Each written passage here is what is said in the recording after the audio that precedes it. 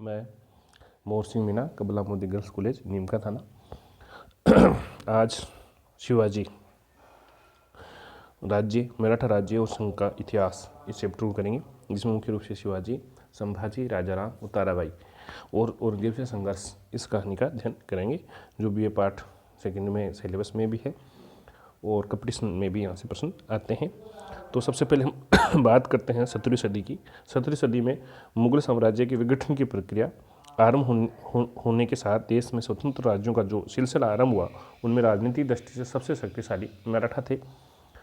मराठों के बारे में, उनके उत्कर्ष के बारे में, उनकी भौगोलिक परिस्थितियों के बारे में बहुत कुछ लिखा गया। बताया गया कि मराठा का उत्कर्ष क्यों आया, तो इसका कारण था एक तो भौगोलिक परिस्थिति, औरंगजेब के हिंदू विरोधी नीतियाँ, हिंदू जागरण, मराठा संत कवियों का धार्मिक आंदोलन, इन्होंने मराठों के उत्कर्ष में बड़ी भूमिका निभाई। ग्राफ डफ ने बताया कि 17वीं शताब्दी के उत्तरार्ध में मराठों का उदय आकस्मिक अग्निकांड की भांति हुआ। मराठों के मूल प्रदेश पश्चिम महाराष्ट्र और कोंकण प्राय मुस्लिम राजनीतिक प्रभाव से मुक्त थे। इस क्षेत्र में बीजापुर, गोलकुंडा के बहमनी सुल्तानों का अधिकार नामात्र था। शिवाजी के उदय से पूर्व मराठों को प्रशासनिक और सैनिक क्षेत्र में विशेष स्थान प्राप्त था। बहुत से मराठा सिपा सालार तथा मनसबदार के रूप में बहमनी राज्य और उसके उत्तराधिकारी बीजापुर, अहमदनगर राज्य में नौकरी करते थे। अहमदनगर के मलिक अंबर ने मराठों के साथ मैत्रीपूर्ण संबंध स्थापित किए तथा युद्ध और प्रशासन दोनों में उनके सर्वोत्तम प्रतिभा और का सहयोग उपयोग किया। शिवाजी का जन्म 20 अप्रैल 1627 में पूना के निकट शिवनेर दुर्ग में हुआ। उनके पिताजी का नाम शहाजी भोसले, माता का नाम जीजाबाई था। शिवाजी के व्यक्तित्व पर सर्वाधिक प्रभाव उनकी माँ का था। जीजाबाई तथा संरक्षक शिक्षक दादा कोंडदेव का पढ़ा। इनके गुरु का नाम रामदास था। शिवाजी ने 1637 में शहाजी भोसले ने अपने पुत्र शिवाजी और पत्नी जीजाबाई को पूना की अपनी पैतृक जागीर का देखभाल का दायित्व देकर बीजापुर के पूर्व अधिकारी, विश्वासपात्र मित्र दादा कोंडदेव के संरक्षण में उनको भेज दिया और खुद कर्नाटक चले गए। आरंभ में जब शिवाजी का जो उद्देश्य था वह स्वतंत्र राज्य की स्थापना करना था। शिवाजी ने अपने हिंदू पद पातशाही को अंगीकार किया, गाय और ब्राह्मणों की रक्षा का व्रत लिया और हिंदू धर्म उद्धार की उपाधि धारण की। शिवाजी में हिंदू धर्म की रक्षा की भावना थी, परंतु मुख्य उद्देश्य राजनीतिक था। उनका मुख्य उद्देश्य था मराठों की बिखरी हुई शक्तियों को एकत्रित कर महाराष्ट्र, दक्षिण भारत में एक स्वतंत्र राज्य की स्थापना करना और बिखरी शक्तियों को एकत्रित कर महाराष्ट्र में स्वतंत्र राज्य की स्थापना करने का मुख्य उद्देश्य था। सर्वप्रथम शिवाजी ने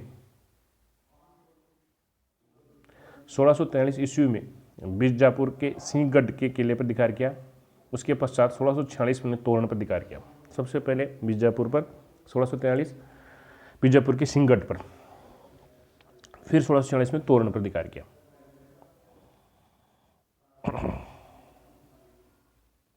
सोलह शिवाजी ने महत्वपूर्ण विजय जावली मराठा सरदार चंद्रराव मौर्य के अधिकार में था और 1656 में उन्होंने रायगढ़ किले पर भी कब्जा किया।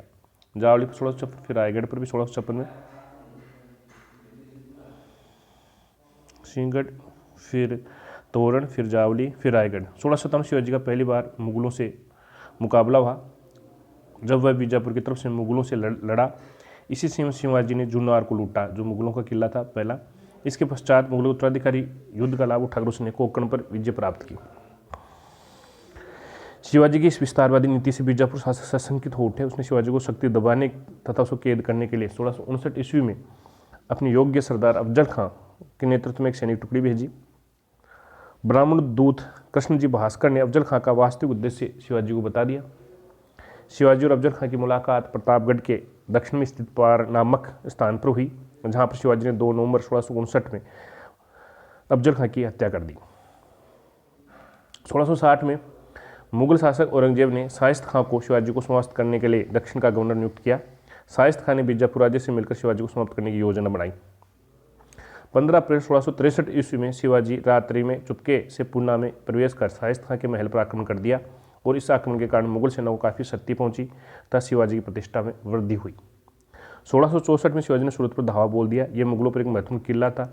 उसने 4 दिन तक लगातार नगर को लूटा, सूरत को शिवाजी ने। औरंगजेब ने शाइस्त खां के असफल होने पर शिवाजी को कुचलने हेतु आमेर के राजा जय सिंह को दक्षिण भेजा। जय सिंह बड़ा चतुर कूटनीतिज्ञ था, उसने समझ लिया कि बीजापुर को जीतने के लिए शिवाजी से मैत्री करना आवश्यक है, अतः पुरंदर किले पर मुगलों की विजय और रायगढ़ की घेराबंदी के बावजूद उसने शिवाजी से संधि की। ये संधि जून 1665 को हुई, जिसे पुरंदर की संधि कहते हैं। इस संधि की शर्तें निम्न थी।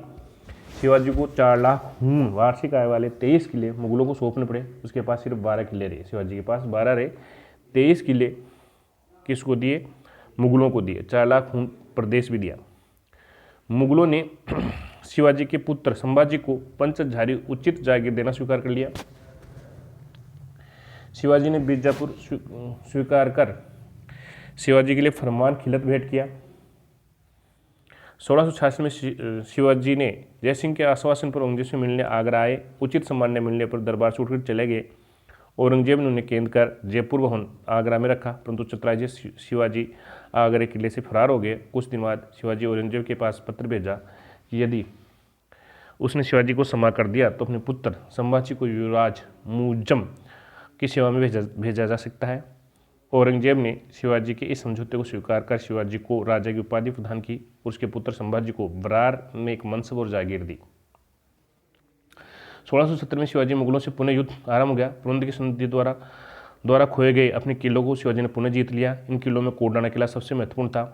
शिवाजी ने इस किले का नाम सिंहगढ़ रखा।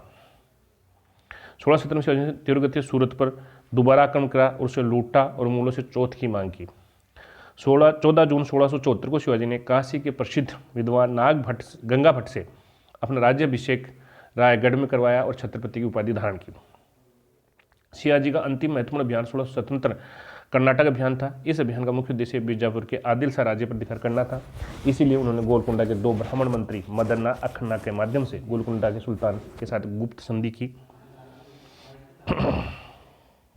इसी अभियान में शिवाजी ने जिंजी, मदुराई, वेलूर आदि कर्नाटक एवं तमिलनाडु के लगभग 100 किलो को जीत लिया। जिंजी को उन्होंने अपनी इस भाग दक्षिण की राजधानी बनाई। शिवाजी का संघर्ष जजीरा टापू के अधिपति अभिसिनी सीडियों से भी हुआ। सीडियों पर अधिकार करने के लिए उसने नौसेना का निर्माण किया, परंतु पुर्तगालियों से गोवा तथा सीडियों से चोल और जंजीरों को न छीन सका।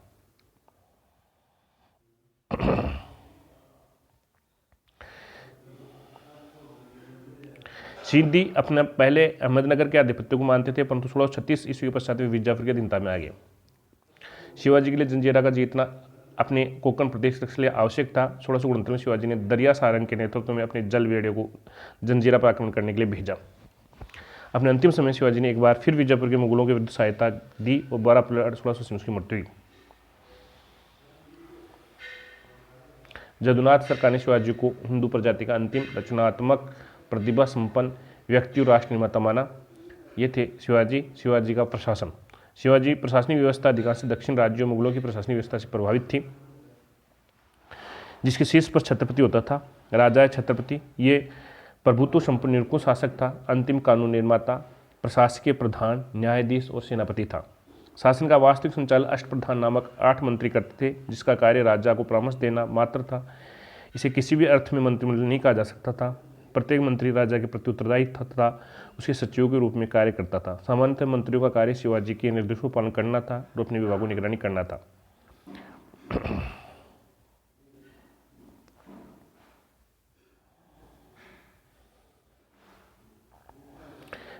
अष्टप्रधान में पहला पेशवा अथवा मुख्य प्रधान था। ये राजा का प्रधानमंत्री होता था। इसका कार्य संपूर्ण राज्य के शासन की देखभाल करना, राजा की अनुपस्थिति में उसके कार्यों की देखभाल भी करता था। सरकारी पत्रों दस्तावेजों राजा के नीचे से मुहर लगाता था। दूसरा अमात्य अथवा मजूमदार, ये वित्त राजस्व मंत्री होता था। इसका मुख्य कार्य आय व्यय के सभी लेखों की जांच कर उस पर हस्ताक्षर करना होता था। तीसरा वाक्यान्वीस अथवा मंत्री, राज्य के दैनिक कार्य दरबारों के प्रतिदिन की कार्रवाई का विवरण रखता था। वर्तमान गृह मंत्री था।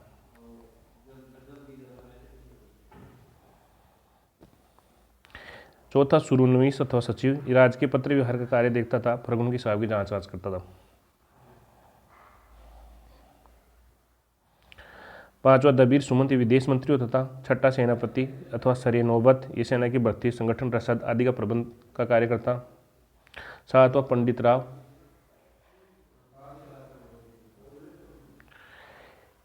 विद्वान धार्मिक कार्यों को दिए जाने वाले अनुदानों का दायित्व निभाता था।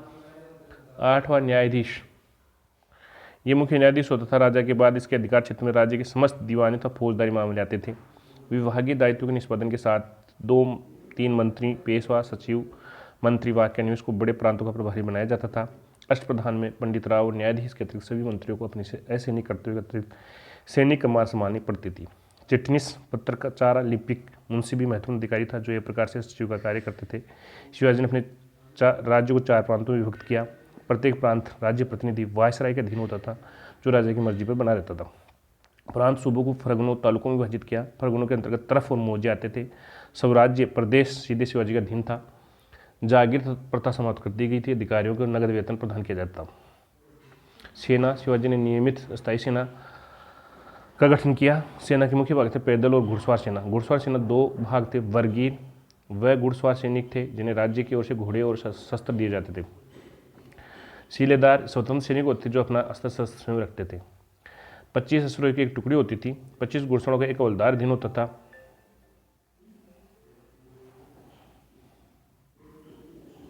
5 हवलदार व एक जुमालदार के अधीन होते थे। 10 जुमालदार एक हजारी के अधीन होते थे। 10 जुमालदार एक हजारी के अधीन होते थे। 5 हजारी एक पंचहजारी के अधीन होते थे। 5 हजारी सर नौबत के अधीन होते थे। सर नौबत संपूर्ण घुड़सवार सेना का प्रधान होता था। शिवाजी की सेना में मुसलमान सैनिक भी होते थे। मराठा सैन्य व्यवस्था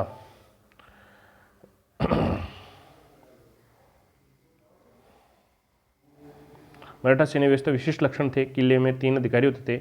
हवलदार, सर नौबत, सबनीस। हवलदार, सर नौबत, मराठा, सबनीस ब्राह्मण होते थे। सबनीस ब्राह्मण नागरिक, असैनिक, राजस्व प्रशासन देखता था।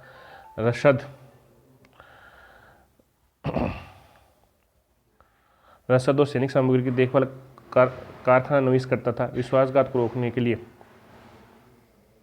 शिवाजी ने प्रत्येक सेना में भिन्न भिन्न जातियों के सैनिक रखे। सैनिकों को नगद वेतन दिया जाता था। वास्तव में पहाड़ी दुर्ग, उसके आसपास के क्षेत्र जो भी हवलदार के अधीन होते थे, शिवाजी की प्रशासनिक इकाई हवलदार के नेतृत्व में विभिन्न जातियों सैनिकों को भर्ती करके दुर्ग सेना का गठन किया जाता था। शिवाजी ने कोलाबा में एक झाजी बेड़े का निर्माण करवाया जो 2 कमानों में बटी हुई थी। एक दरिया सारंग मुसलमान, दूसरा नायक हिंदू के अधीन। मावली सैनिक शिवाजी के अंगरक्षक थे। मावली एक पहाड़ी लड़ाकू जाति थी। पागा घुड़सवार सेना का नियमित संगठन था।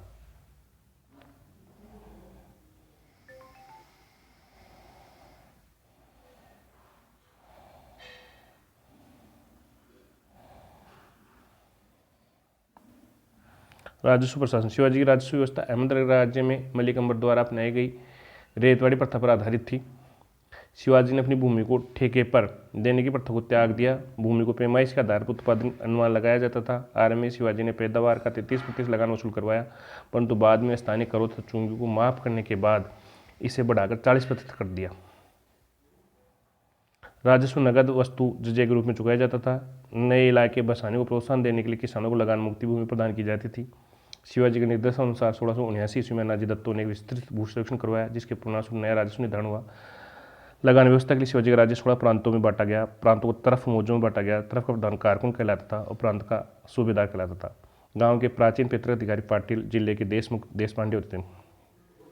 भूमि की पैमाइश रस्सी के स्थान काठी जरी से की जाती है। खेतों का विवरण रखने के लिए भूस्वामियों में कबूलियत ली जाती थी। राज्य को कृषि को प्रोत्साहन देने के लिए तका विवरण देकर बेकार भूमि की खेती के लिए पहले कोई कर लेने को प्रोत्साहित करते थे। चौथ सरदेशमुखी, मराठा कराधान प्रणाली में 2 सर्वाधिक महत्वपूर्ण कर चौथ और सरदेशमुखी। चौथ के विषय में इतिहास का एक मत नहीं है। रानाडे के अनुसार चौथ सैन्य कर था जो तीसरी शक्ति के आक्रमण से सुरक्षा प्रदान करने के बदले से वसूल किया जाता था।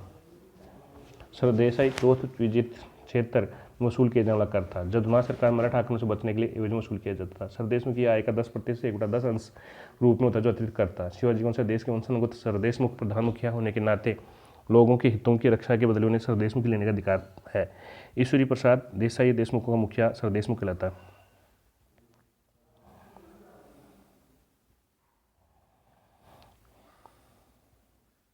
न्याय प्रशासन पुराने किस्म का था। गांव के आपराधिक मामलों की सुनवाई पटेल किया करते थे जो आज के तहसीलदार के समान होता था। दीवानी फौजदारी मामलों की अपील सुनवाई ब्राह्मण न्यायाधीश करते थे। उनके निर्णय प्राचीन स्मृति के आधार पर किए जाते। अपील की अंतिम अदालत हाजिर मजलिस थी जो संभवतः शिवाजी की मृत्यु के बाद समाप्त हो गई।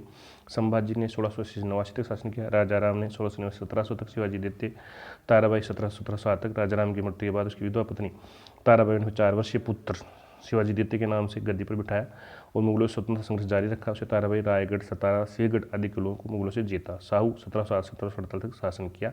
उसके बाद शिवाजी का वंश समाप्त हो गया और पेशवाओं का वंश स्थापित हुआ, जिसमें बाजीराव तृतीय पेशवा शासक के रूप में बने। ये था शिवाजी और मराठा। ओके।